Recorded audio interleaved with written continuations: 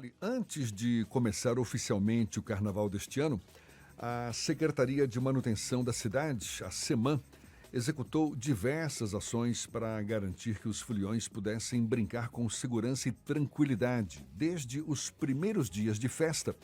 A pasta atuou nas ruas dos circuitos da cidade, foram colocados tapumes em 76 pontos de Salvador, exatamente com o objetivo de não só proteger os espaços e monumentos públicos, mas também para garantir que o espaço para a folia fosse preservado. Sobre essas ações e as atuações da Secretaria de Manutenção da Prefeitura de Salvador ao longo do ano, a gente conversa agora com o secretário de Manutenção de Salvador, Lázaro França Gessler Filho, nosso convidado também no Issa Bahia.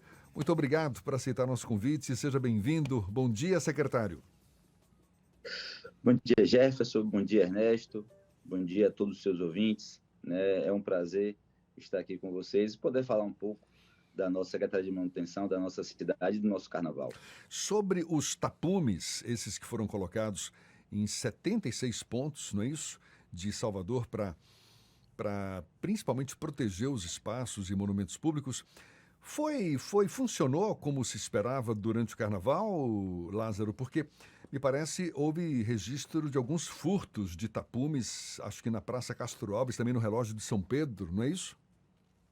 Isso, é importante frisar isso, né? Como você bem ressaltou, né? A Secretaria de Manutenção a gente atua antes, durante e depois do carnaval. Esse trabalho preventivo é importantíssimo para que o carnaval ocorra da melhor forma. A proteção com os tapumes, né, ela é muito importante porque a gente protege o patrimônio público, né? Grandes monumentos, por exemplo, como o Castro Alves, né, o Monumento a Castro Alves, a própria Prefeitura Municipal, outros órgãos também municipais, e aí eles funcionam muito porque a gente protege com tapume, garante que esses edifícios, esses monumentos não serão vandalizados. A gente teve, inclusive, esse ano, baixo índice de furto, né? Tivemos esses dois casos, que você citou, no relógio de São Pedro, mas foram baixíssimos. Teve também ali no Vale do Canela alguns casos também de os tapumes não foram furtados, mas foram derrubados e a gente colocou no lugar. Mas a gente pode dizer agora, tranquilamente, que o carnaval ocorreu sem baixíssimo nível de ocorrência, ou seja, eu só tive esses dois casos de furto, uma fonte e esse do Vale do Canela. Então, assim, para a média dos últimos carnavais, esse foi um dos mais tranquilos nesse aspecto. A gente falou mais cedo hoje também que as empresas, essas que foram responsáveis pelos camarotes, os praticáveis, as arquibancadas, ou seja, que montaram estruturas durante o carnaval, têm um prazo até 4 de março para desmontar esses equipamentos todos e, inclusive, deixar que as áreas danificadas fiquem bonitinhas como estavam antes. A fiscalização vai ser de vocês? Essa fiscalização é da SEDU, né, que é o órgão responsável por permitir essas licenças, né, por dar essas licenças e por fiscalizar depois, tá? Nós, como responsáveis, né, pelos os locais públicos, vamos também fiscalizar, mas a SEDU é o responsável por isso, porque quando foi construído os camarotes, eles assinaram lá os documentos dizendo, assumindo o compromisso que iriam devolver a cidade da forma que encontraram. Inclusive, encontramos alguns camarotes que removeram, né, guarda-corpo e tal, e acionamos a SEDU, que imediatamente notificou esses camarotes para que eles, assim que retirar as suas estruturas, recomponham, né, esses guarda-corpos e outras coisas mais. Então, ou seja, a fiscalização não parou durante e o após, né, será muito mais forte. Agora, bom dia, secretário. Ernesto aqui falando. Que tipo de sanção pode sofrer a empresa ou a organização que não cumprir esse prazo ou que não reparar algum dano que tenha feito em alguma estrutura para a montagem do seu camarote? E o que é que a gente Essas aponta disso sanções, para o pode carnaval do falar. ano que vem? Pronto. Essas sanções vão desde advertência, multa e, em último caso, até a proibição que esses camarotes funcionem no próximo ano. Tá?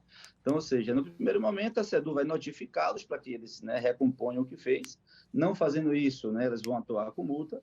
E se, porventura, né, isso mesmo assim não funcionar, essa notificação fica registrada no sistema e eles vão ficar proibidos, né, de retomarem o camarote nos próximos anos até que reconstituam, né, ao município o dano que ocasionaram. Agora, é importante também que a gente tenha acesso a essas informações, né, secretário? Até para que quem gosta de carnaval, mas sobretudo quem ama Salvador, no próximo carnaval, se puder fazer escolha, escolha o bloco, o camarote, etc., que não detone a nossa cidade, né? Perfeito, né? A transparência é algo muito importante, né? E a gente vê isso, né, na gestão da prefeitura. Então, eu acho válido o seu pleito, sim. Quando tiver em contato com a SEDU, vou informar isso, né? Que eles têm essa possibilidade de informar para a gente que quais foram, né, as instituições, os camarotes ou outros órgãos do Carnaval que não cumpriram, né, com o que foi acordado no momento da licença. Acho isso importantíssimo. Secretário, mudando um pouquinho de assunto, mas sem que isso impeça que a gente volte a falar de carnaval, mas é porque esse carnaval ficou todo o país inteiro muito comovido, muito chocado com o que aconteceu no litoral norte de São Paulo. E claro, a gente ainda lembra muito bem, tão vivas aqui as memórias daquela virada de ano de 21 para 22, né? Que a Bahia sofreu muito com aquilo ali. Mas pensando aqui na nossa cidade, que felizmente a gente está aí há um longo tempo sem perdas de vidas por conta de deslizamentos de terras, etc. Nós estamos preparados para uma temporada de chuva rigorosa? Você tocou num ponto importantíssimo, né? Eu vou poder conversar um pouco mais com você sobre isso, porque eu, antes de estar na semana, eu fui da SEINFRA, né, Secretaria de Infraestrutura. E o Salvador, né, está há 2 anos sem nenhum incidente com vítima. Né? Isso, considerando o nosso relevo, é algo para se parabenizar muito a gestão da nossa cidade. Né? A nossa Codesal, né, tem mapeado, né, muitas, né, hoje em dia mais de 1.000 áreas de risco na nossa cidade em função do nosso relevo. Mas, né, a gente tem 10 anos que vem atuando fortemente nisso. Antes de eu sair dessa infra, né, agora antes de assumir a SEMA, a gente fez um levantamento.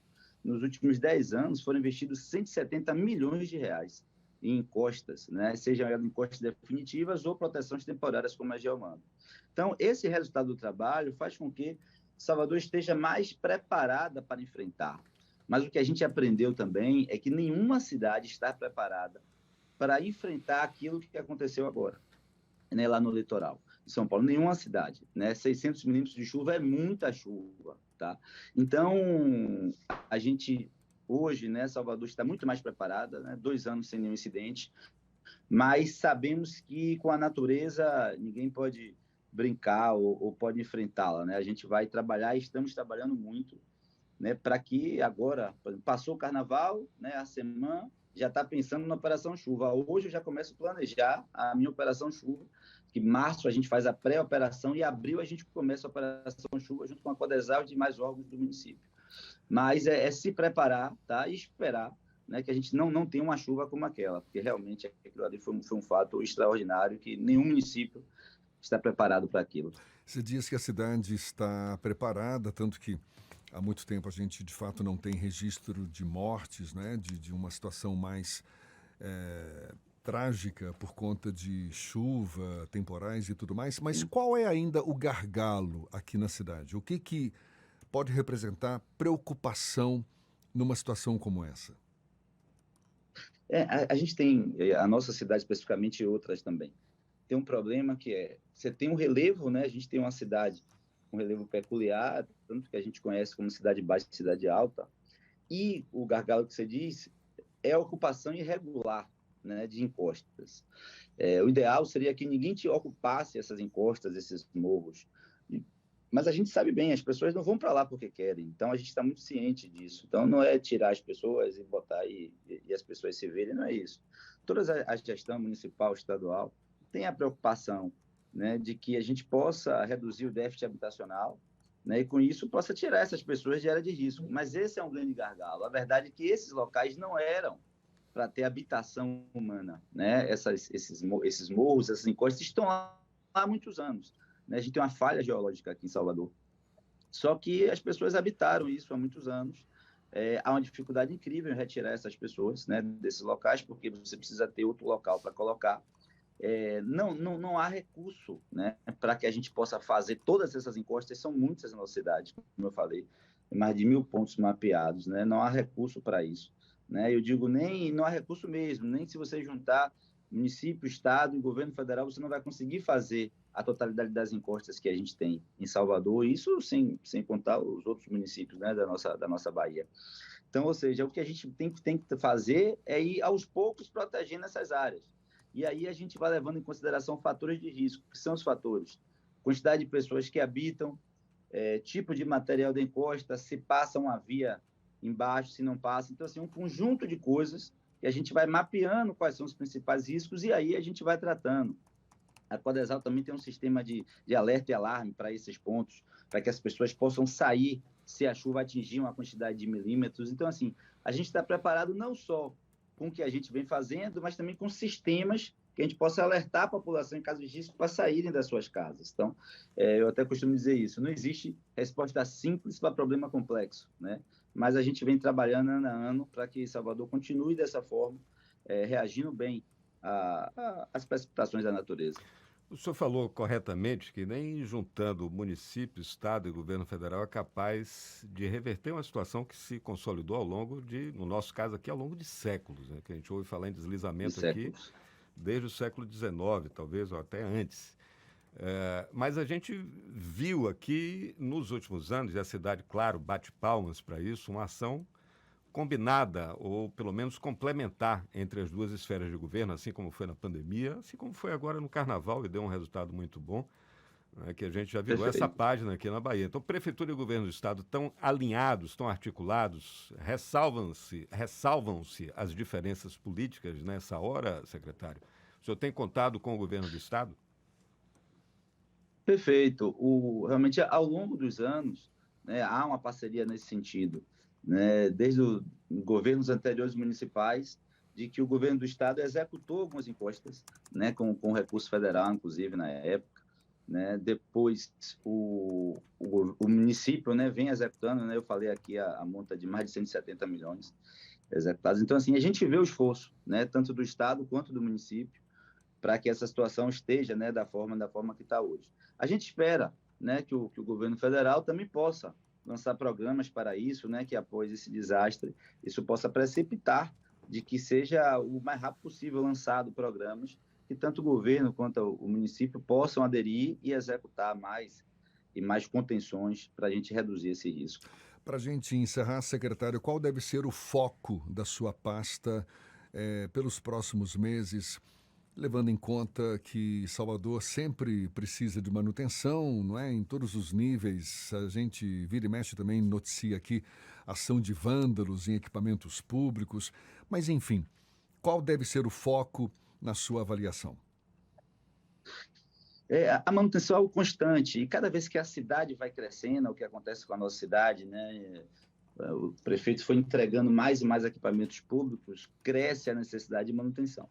Cada vez que a gente asfalta uma rua, cresce a necessidade de manutenção. Então, ou seja, manutenção é algo constante, é algo crescente. E para que isso não seja só um custo, qual é o nosso foco, né? O foco da nossa gestão, que o prefeito Bruno Reis, né, pediu para que a gente oxigenasse as secretarias, é trazer modernidade. O que a gente quer trazer é tecnologias e modernidade para a manutenção de Salvador, para que a gente possa ser mais eficiente, né? Isso não é fácil, tá? Porque a gente está falando de manutenção do pavimento, que é asfalto, está falando de manutenção dos passeios, a gente está falando de manutenção da rede de drenagem da nossa cidade com a rede secular, manutenção das árvores, da poda de árvores. Mas a gente vai buscar tecnologias, modernidade, para que a gente possa fazer mais com menos. Para com o recurso da nossa cidade, tá? Que é um recurso suado, né? Um recurso dos impostos que o nosso cidadão paga, a gente possa trazer mais e mais benefícios e continuar entregando ao nosso cidadão soteropolitano e os turistas uma cidade bonita, arrumada, conservada, sem buracos, que a nossa orla continue sendo bonita como está. Agora mesmo Carnaval, a gente passa o Carnaval, a gente volta mais uma vez, né, dando uma geral para que os turistas possam curtir toda a nossa orla. Então, nosso foco é trazer modernidade e eficiência para que a gente possa fazer mais com menos na nossa manutenção. Secretário de Manutenção de Salvador, Lázaro França Gessler Filho, muito obrigado, boa sorte aí na sua empreitada e conte sempre com a gente, seja sempre bem-vindo aqui, bom dia e até uma próxima então. Eu que agradeço, estamos aqui sempre à disposição para o que vocês precisarem, para informar os nossos leitores, os seus ouvintes, né, e todos os nossos amigos da cidade de Salvador. Um abraço, muito obrigado mais uma vez. Agora 8h51 na Tarde FM.